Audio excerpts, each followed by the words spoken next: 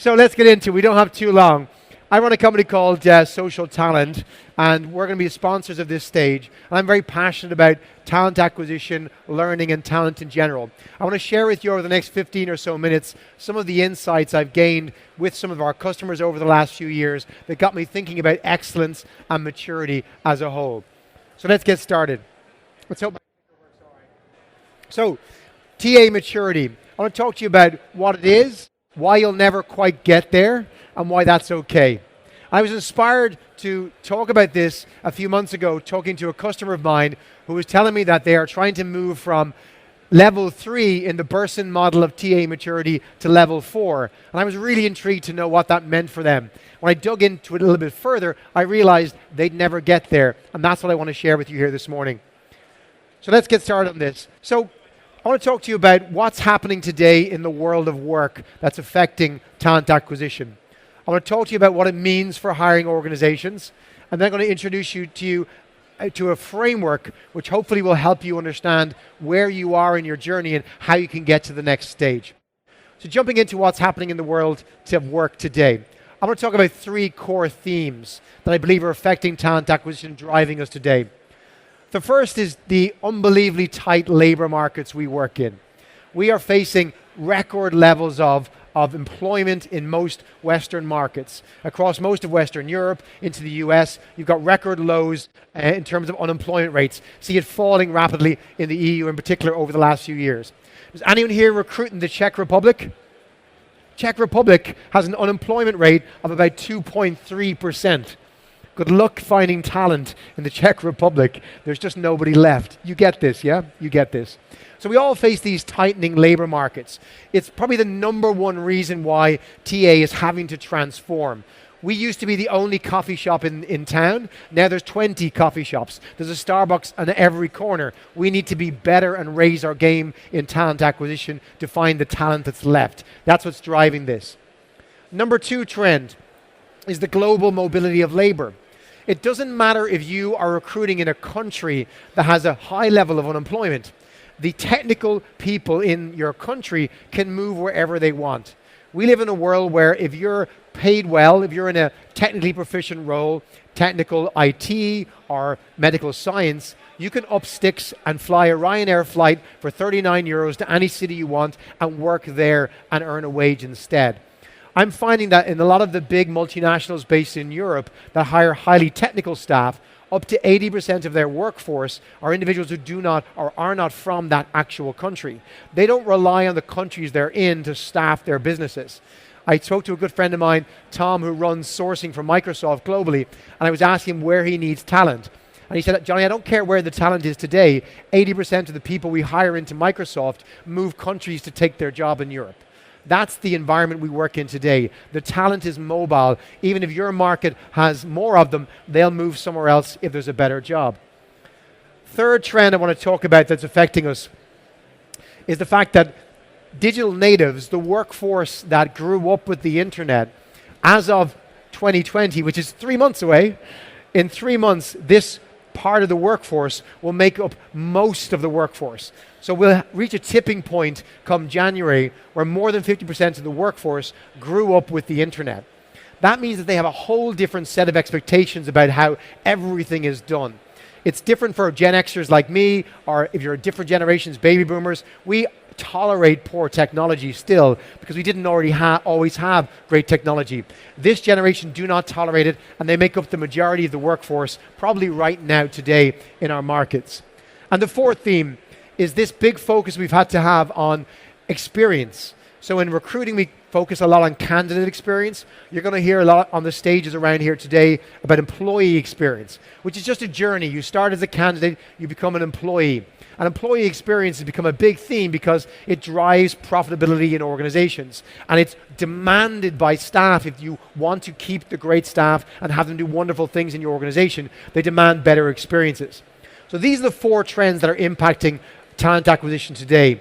But what it means for us as hiring organizations, I think there's 6 big core implications. These are things you just don't get to ignore. You have to accept these things. One is that as an organization, you cannot choose to have multiple different brands. So a lot of us would have worked in organizations where you have different ATSs in each country, different opcos or countries do their own thing. We decide what we're doing in employer branding, we've got our own career site, etc. But your candidates, these candidates who have lots of job opportunities, are mobile, can move anywhere, they will not tolerate different experiences. They will not go onto your website and say, well, I want to search for your jobs. And you tell them, well, you have a different portal for the UK. For Spain, you got to click over here. Germany, our job site looks different, it's over here. The experience is completely different. And you have to apply for all of those different career sites to apply in all those countries. They do not have the time or patience for that because they don't have to. Because there's another employer just like you who makes it much more easy to apply and navigate. You have to have one brand, one career site, and one experience for your organization. It doesn't matter if it's painful for HR, you got to do this because the candidates demand more. Second implication, we have to look not at other career sites and look at other employers to learn what to do. You have to look at what else candidates are thinking about. How are they basically framing their day? They're not going, well, I'm going to spend an hour looking for jobs. They may look for a job, they may look at your company, or they may go on Instagram, or they may go shopping, or watch Netflix. The experience you have to define online is not driven by other career sites, it's driven by the likes of Amazon, not as an employer, but the shopping experience, by Domino's and by Apple Pay, and I'll explain the three of them. A lot of us, hands up here whose career site has a search field. Search and drop downs and fields to try and find your job, yeah? Brilliant. So a lot of us build career sites around a search experience. Sites like Amazon don't build around search. You land in Amazon, it suggests things to buy, and it's largely right. You're like, yeah, that's what I need. And you click yes, and it comes up with a new suggestion. You're like, I want that too.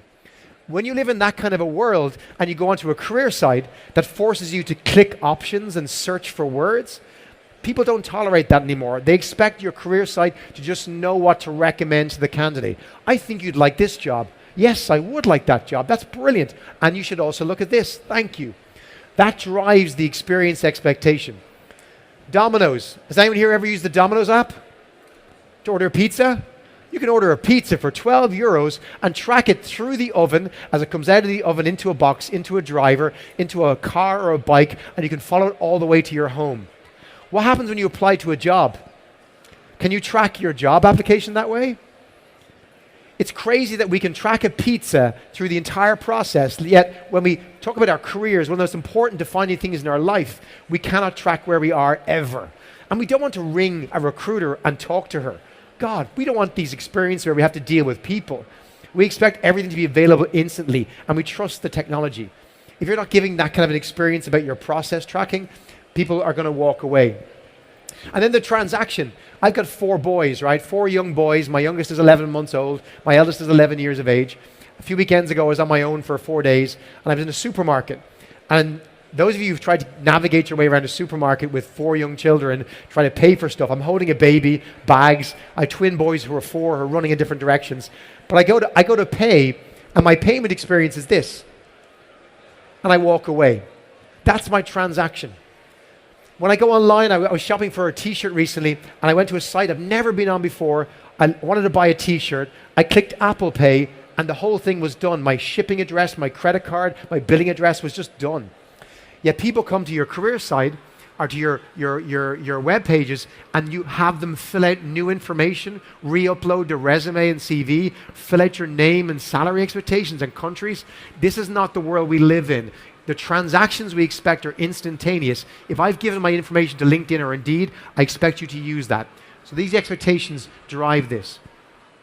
Again, from a TA process, and I'll talk about this in a minute, many of us are organized by country, by silo, by opco, different ways TA works globally. The only way that works for global organizations is global talent acquisition. That's global systems, global processes, and global agility. It is madness that in many of your organizations, I expect, you might have a country where your recruiters are quiet. Think of July and August in Europe, right? July and August in France and Germany when nothing pretty much happens from a hiring point of view. Yet you have colleagues in the US or Norway who are overwhelmed and busy. It is crazy that an organization cannot redeploy those resources. Recruiters can recruit for any market from home these days. They don't need to be in the country. Yet we are hiring contractors in this country while these guys can have extended vacation because we've nothing for them to do. It's mental.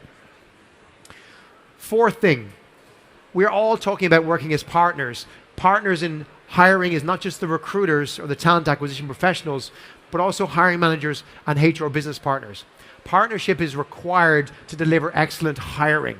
Great recruiting is done by recruiters, don't get me wrong, but great hiring is done by teams of people. And if they don't partner together, if you're not aligning their skills, their interviewing techniques, their candidate experience, training and knowledge, their understanding of inclusion and diversity, then you are basically introducing a weak link. Misalignment is the root of all evil in hiring. You will not achieve good hiring without alignment. And the fifth thing is when you think of it more holistically, when you look at talent acquisition even, and I'll talk about this again in a later slide in more detail, talent acquisition is but one solution to the problem for a hiring manager. Maybe acquiring talent isn't what she needs. Maybe she needs retraining. Our next speaker after me did a fantastic piece of work with her colleagues around retraining and upskilling versus hiring as a solution. But most of us can't do that because we just acquire talent. These organizations in the last 2 years have merged talent acquisition and talent management into a talent team, a unified talent budget, where you can solve problems by looking at L&D resources, D&I, internal mobility, and acquisition as one unit. And it's working for them. And the sixth thing I want to mention in terms of implications is that as you scale and as you look at the candidate and employee experience, you start realizing that we need to move towards hiring for potential and hiring for global roles and not just hiring for experience and hiring the local position. So a candidate, when she applies to you, wants to be available to everyone in your organization if there's a job. If I do 3 interviews in the UK and a job comes up in Madrid, I expect to jump in at stage 3 or 4 in the Madrid role and not go back to 0 because we've met, we did the interview. Back to why you need this alignment on a global level, right? But it's also about hiring for potential.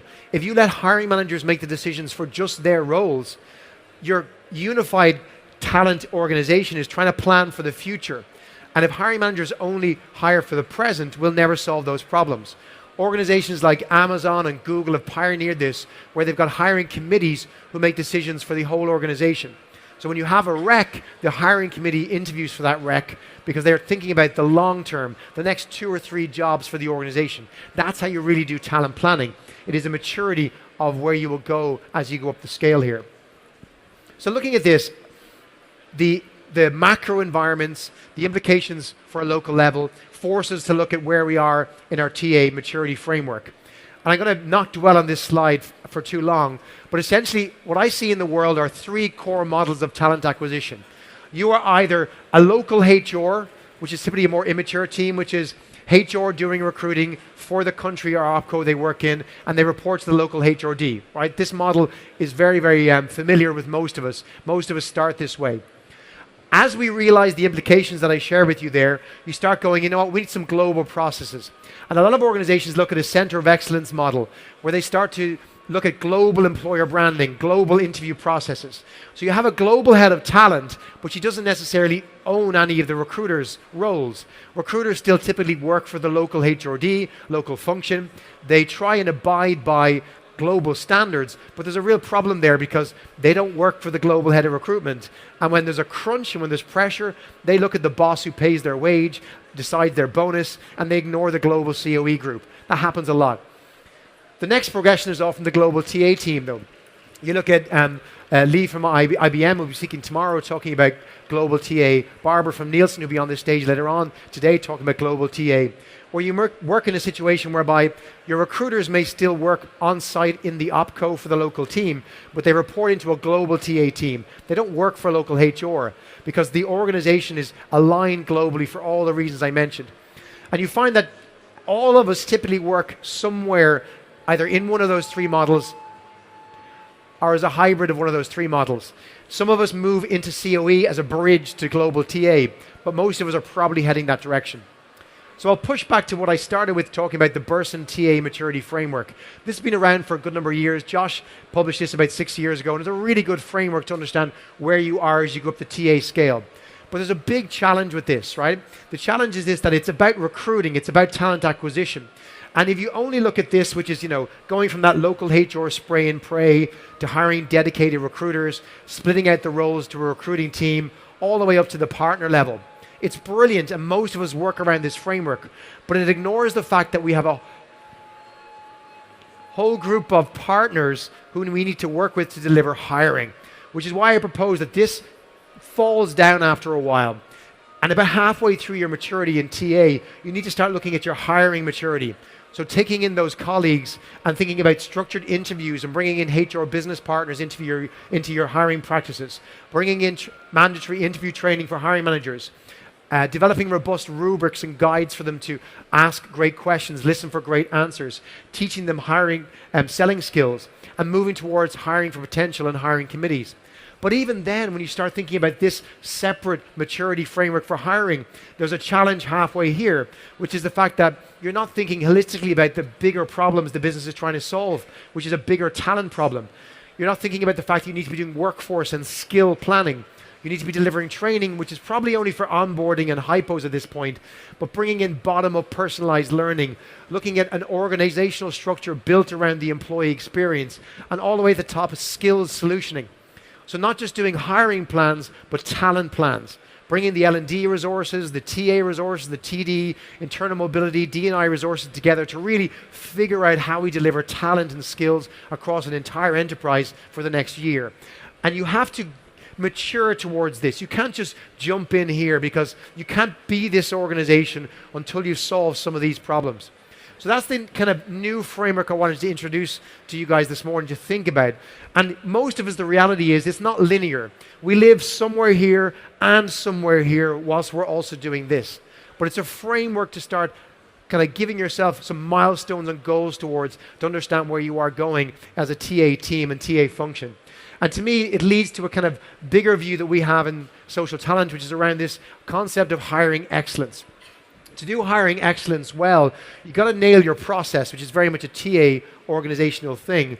But you also got to build the smarts around your hiring managers, your recruiters, around culture, diversity, knowing the business as well, looking at your culture, the culture you're bringing people into. Do you have an inclusive environment, putting inclusivity ahead of diversity, which most of us don't do, and also thinking more holistically about our brand, which of course is our employer brand, but also our hiring manager brand, our recruiter brand as well, and even our employee brands. Hiring excellence is where you end up, and most of us will never get there, but it's the journey towards hiring excellence, which is what we're trying to achieve by looking at the maturity levels and building ourselves up within the organization. And it's hiring excellence we'll be talking about on this stage over the next 2 days, and introducing stories from excellent leaders and practitioners who've given their own piece of hiring excellence in some of these areas across their businesses. So that's me. It's my time to hand over. I thank you for listening. I really hope you enjoyed that and given you something to think about. Do stay on. We've got some great speakers all day. And I'm going to hand over to our first speaker.